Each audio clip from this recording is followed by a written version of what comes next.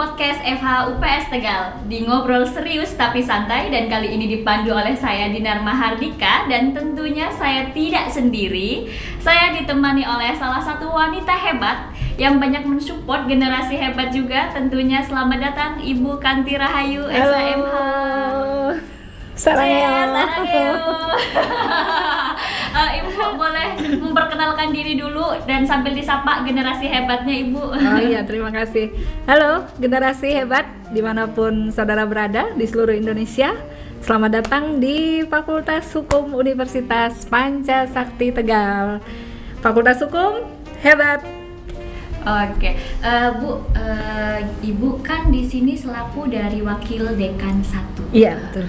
Kayaknya belum semua nih mahasiswa tahu ya sebenarnya apa sih tugas dan fungsi tugas pokoknya dari Wakil Dekan 1 itu. Boleh sedikit diterangkan Ibu? Oh iya, ya. Terima kasih Mbak Dinar. Tapi yang pasti tugasnya bukan buat marah-marahin orang. Oh, ya. Bukan buat marah-marahin orang, Kayaknya bukan. generasi sekarang kalau misalnya dimarah-marahin malah lari ya. Iya, dia langsung takut gitu, termasuk saya sih Bu. Oh, kalau Bu Dinar sepertinya malah bukan Bu Dinar yang lari, mahasiswa. Enggak ya, kita guyon ya. Oke. Jadi sebetulnya namanya wakil dekan ya. Saya kebetulan adalah wakil dekan 1, wakil dekan bidang akademik yang memiliki tugas pokok dan fungsi membantu dekan dalam melaksanakan, mengelola, kemudian juga mengawasi seluruh aktivitas akademik yang ada di Fakultas Hukum ini, khususnya dalam bidang Tridharma Perguruan Tinggi, yaitu pendidikan dan pengajaran, kemudian penelitian dan publikasi ilmiah, serta pengabdian kepada masyarakat. Jadi memang bidang kerja saya ya meliputi 3 hal ini. Tentang meliputi akademik ya? Iya, bidang akademik itu meliputi Tridharma Perguruan Tinggi, yaitu pendidikan, pengajaran, penelitian, publikasi ilmiah. Ya, dulu cuma penelitian aja, tapi sekarang memang sudah eranya publikasi ilmiah. Jadi yang terakhir itu adalah pengabdian kepada masyarakat. Ya. Oke, ada yang saya mau tahu lagi nih Bu tentang FH UPS ya. Di Fakultas Hukum UPS sendiri itu memakai kurikulum apa aja sih Bu? Oh iya, generasi hebat, saya kira saudara semua harus tahu bahwa kuliah sekarang itu nggak sama ya dengan kuliah-kuliah di masa-masa lalu ketika saya masih jadi mahasiswa. Jadi sekarang itu justru varian kurikulum yang ditawarkan itu tidak hanya satu. Saat ini Fakultas Hukum punya 2 jalur kurikulum. Yang pertama adalah apa yang kita sebut sebagai kurikulum KKNI ya, Kerangka Kualifikasi Nasional Indonesia. Dan yang kedua adalah kurikulum MBKM atau yang saudara kenal dengan Merdeka Belajar Kampus Merdeka. Ya, sebagaimana instruksi dari Kementerian Pendidikan ya. Jadi kita mensupport program dari Kementerian Pendidikan, yaitu kaitannya dengan memberikan kemerdekaan bagi mahasiswa untuk meresource ilmu tidak hanya dari program studi yang dia pilih, tetapi dalam rentang masa studi yang dia lakukan itu dia boleh memilih kemana dia mau bereksperience begitu, selama itu masih di bawah naungan dari perguruan tinggi. Jadi bisa kerjasama dengan stakeholder gitu. Kalau di UPS sendiri itu bekerja sama dengan siapa saja untuk kampus merdekanya? Ya, baik. Jadi generasi hebat, kamu perlu tahu bahwa program kampus merdeka ini dikhususkan bagi kamu yang ingin mengcompare pengalaman ilmumu itu agar tidak monoton ada di satu program studi saja gitu ya. Jadi saudara bisa merasakan pengalaman bagaimana adrenalinnya bekerja sambil belajar atau belajar sambil bekerja. Asik banget ya sekarang ya. Jadi bukan hanya berteori saja, tapi ketika kita masih menjadi mahasiswa pun kita sudah diajari berpraktek itu seperti apa ini loh di lapangan gitu. That's right. Jadi tujuan utama sebetulnya Bu Dinar dari program Kampus Merdeka ini kan adalah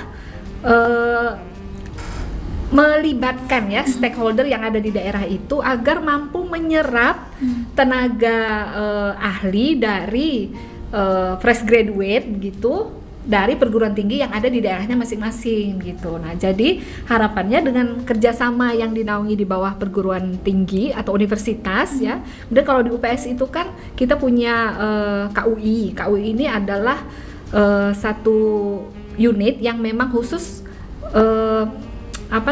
menaungi bidang-bidang kerjasama dengan pihak luar gitu, dengan pihak ketiga, dengan pihak stakeholder yang nantinya para mahasiswa yang berminat untuk mengikuti kurikulum MBKM ini kita fasilitasi untuk mengikuti program magang gitu, program magang di perusahaan-perusahaan, BUMN bisa juga, kemudian juga bisa juga di mungkin kantor-kantor pemerintahan yang memang sudah bekerja sama dengan kita. Wah, keren banget ya Bu ya. Wow, generasi hebat memang harus begitu ya. Iya, harus dong Bu gitu biar bisa bersaing ya. Iya, betul. Dan saya mau tahu dong Bu, kalau di UPS juga itu untuk konsentrasi mata kuliahnya tuh ada apa aja kalau di Fakultas Hukum itu sendiri? Iya, jadi generasi hebat di Fakultas Hukum ini kita menyediakan 3 konsentrasi bidang ya yang bisa kamu pilih sebelum kamu bergabung dengan Fakultas Hukum, atau nanti buat kamu juga yang sudah kuliah di Fakultas Hukum kemudian ingin tahap akhirnya nanti mau pilih bidang apa ya. Jadi kita menyediakan 3 bidang. Yang pertama adalah hukum pidana ya.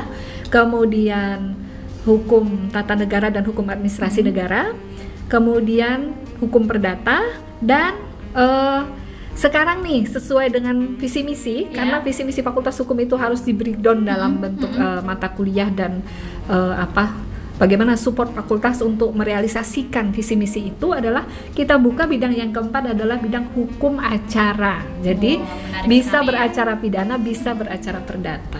Oke. Untuk Ibu Kanti sendiri berada di bidang ranah hukum apa nih? Oh, saya kebetulan di hukum perdata. Oke. Kalau mau bertemu Bu Kanti nanti bisa ngambil di hukum perdata. Oh ya Bu, terus kan ada nih kadang mahasiswa yang kadang udah di tengah jalan salah jurusan atau apa gitu. Ketika dia mau masuk ke Fakultas Hukum itu berpindah dari fakultas lain bisa nggak sih, atau dari universitas lain mungkin gitu? Iya, tentu bisa sekali kita fasilitasi itu. Mahasiswa-mahasiswa yang sudah menjalani kuliah di kampus lain atau di prodi lain itu apabila ingin tertarik gitu ya dengan Fakultas Hukum kemudian ingin ikut bergabung di Fakultas Hukum, kita fasilitasi melalui jalur konversi begitu ya. Jadi jalur konversi ini namun demikian linearnya harus paling tidak sesama bidang sosial. Gitu ya, sesama bidang sosial. Ya. Aneh juga ya Bu, udah kedokteran masuk hukum gitu kan. Aneh bisa, tapi mungkin harus dari awal lagi ya. Harus dari awal lagi ya. Karena udah berbeda jalur tuh gitu ya. Terus apa saja nih Bu pusat studi yang ibaratnya bisa diakses oleh mahasiswa di Fakultas Hukum? Iya. Fakultas Hukum saat ini memiliki 3 pusat studi yang bisa generasi hebat manfaatkan. Yang pertama adalah LKBH, ya, Lembaga Konsultasi dan Bantuan Hukum. Jadi baik generasi hebat yang masih di luar, yang belum bergabung dengan Fakultas Hukum, yuk segera bergabung karena kita punya lembaga yang dapat menampung saudara yang berminat untuk jadi lawyer, untuk jadi penegak hukum gitu ya. Nah, di sini tempatnya untuk belajar bagaimana mempraktikkan ilmu hukum ya. Kemudian yang kedua adalah pusat pelayanan hak kekayaan intelektual. Jadi kita menerima konsultasi, juga memfasilitasi pendampingan pendaftaran hak kekayaan intelektual. Nah, kemudian yang ketiga adalah kita punya pusat studi yang disebut PSHHP, Pusat Studi Hukum, Humaniora dan Pancasila. Begitu. Nah, jadi bagi saudara yang tertarik nih dengan yang kemarin kan kita lagi panas-panasnya tentang isu apa ya itu Bu Dinar, masalah bagaimana sih eksistensi Pancasila saat ini gitu ya. Nah, di sini tempatnya buat kamu yang ingin mengkaji lebih jauh, mengkaji lebih dalam tentang Pancasila. Iya. Oke Ibu, untuk yang terakhir Ibu boleh memberikan pesannya untuk para generasi hebat di luar sana dan calon mahasiswa Fakultas Hukum tentunya. Oke. Buat kamu generasi hebat, jangan lupa fokus belajar dan ibadah, jangan lupa ya. Yang kedua, persiapkan diri untuk berenang di tengah arus globalisasi. Karena apa? Itu yang paling hukum penting sih. itu tidak akan pernah kehabisan lahannya loh di tengah era globalisasi ini ya. Jadi persiapkan diri. Ayo bergabung dengan Fakultas Hukum di Universitas Pancasakti Tegal tentunya. Terima kasih Ibu atas waktunya dan semoga yang sudah kita share hari ini bermanfaat bagi semua, khususnya buat kamu para generasi hebat. Tonton terus podcast kita, jangan lupa like and subscribe.